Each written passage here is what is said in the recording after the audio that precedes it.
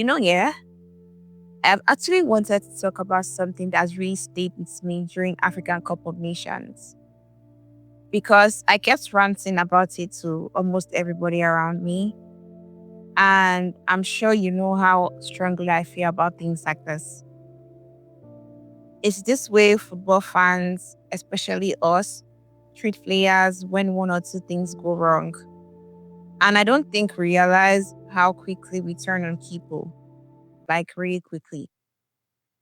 So there was this goalkeeper, and honestly, even before the tournament started, people were already angry at him. Before he even touched the ball, before the first match, it was already, he's not good enough, he's finished, he's the worst keeper we've ever had. And then the tournament started, and after almost every game, it got worse. Every mistake was clipped, every little moment was turned into a whole argument, every performance became proof that he didn't deserve to be there. And I kept thinking to myself, do people actually remember what the same person did for us before? Because for me, I remember how important he was in the last tournament. I remember how many times he saved us. But it felt like once the narrative has been created, nobody wanted to see anything else. And then later in the tournament, suddenly, I think towards the end of the tournament, the same people started saying, oh, he's actually very good. Oh, he really stepped up. Oh, he saved us. And I was just there. I was sitting there like, so what changed? Because he didn't suddenly become a different human being overnight, right? And the thing that really gets me is that we talk about football like it exists in isolation. Like players just wake up, train, play, and go back to sleep. We actually forget that life is still happening in the background. Grief is still happening in the background. Family is still happening in the background. Loss is still happening in the background. And those things don't pause because there's a tournament. You remember when I told you about what that goalkeeper went through last year? You know, losing family members, big losses, back to back. And I kept thinking, do we really believe that this kind of things just disappears when someone puts on glove and walks onto a pitch? It doesn't really. It sits with you. It follows you. Sometimes it doesn't even hit you immediately. Sometimes it comes up later. Sometimes it shows up in your focus. Sometimes it shows up in your confidence. Sometimes it shows up in your body when you don't even expect it. So, and there was that other moment too. This is such a very important moment, for us. That this player came on late in the game.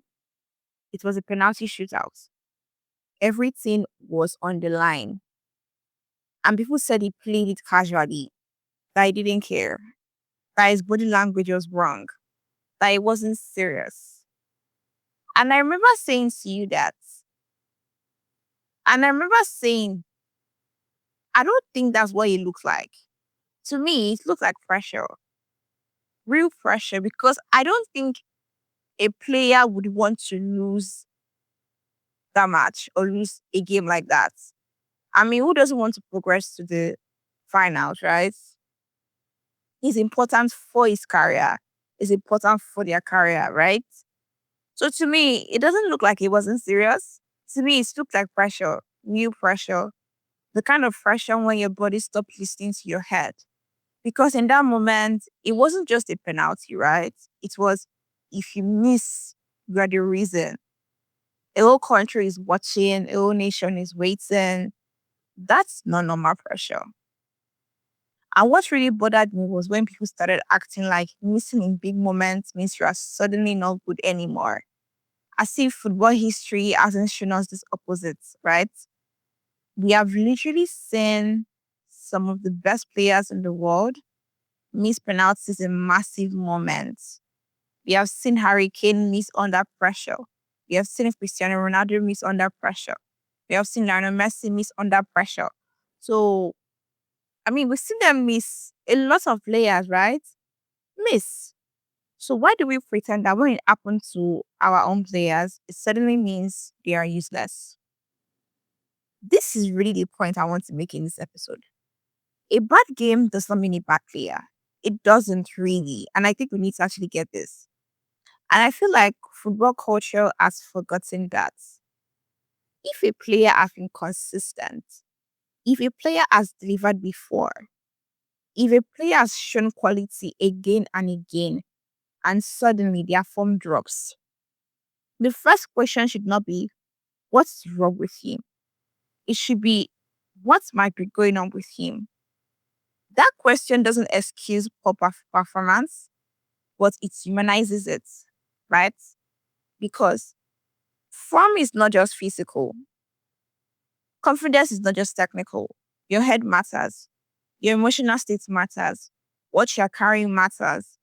And sometimes you don't even realize how heavy what you're carrying is until it starts affecting the one place you normally feel strong. What really scares me about how we speak about player is how comfortable we are with cruelty. We are very comfortable with it. We don't pause. We don't soften our language. We don't consider timing. We just jump straight to insult. I remember going on X during that period, and it's always one insult to another. If you're not hearing, finished, overrated, useless, waste, we hear all sorts of words, right? And then we say we love football. And honestly, this isn't just about Nigerian players. This is about the football culture in general. We celebrate mentality, we celebrate toughness, we celebrate resilience, but we don't leave any space for fragility. We don't leave any space for bad days. We don't leave any space for grief. We don't leave any space for confusion. And the thing is, when players actually talk about how hard things are, we tell them to be quiet. We say they are distracting the team. We say they're unprofessional. We say they should undo it internally. But then we analyze them publicly. We judge them publicly. We tear them down publicly. And that imbalance doesn't sit right with me. And for me, as a fan that watches football, I think football would be so much healthier if we learned how to be curious before we are cruel. If instead of asking, why is it so bad? We ask, why might he be struggling?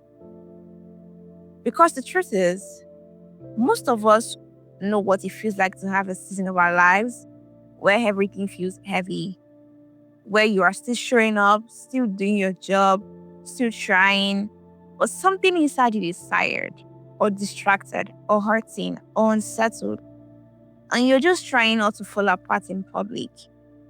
Footballers are not exempt from that, but this time, they are just visible. So, yeah, that's really all I wanted to say in this episode. A bad game is not a bad player. A drop in form is not the end of someone's story. And empathy should not disappear just because someone wears a jersey. We need to be kind to these people. We need to be kind to the people that play the sports we all enjoy. We need to show them empathy and compassion and kindness. This is Beyond the Whistle, and thank you for listening.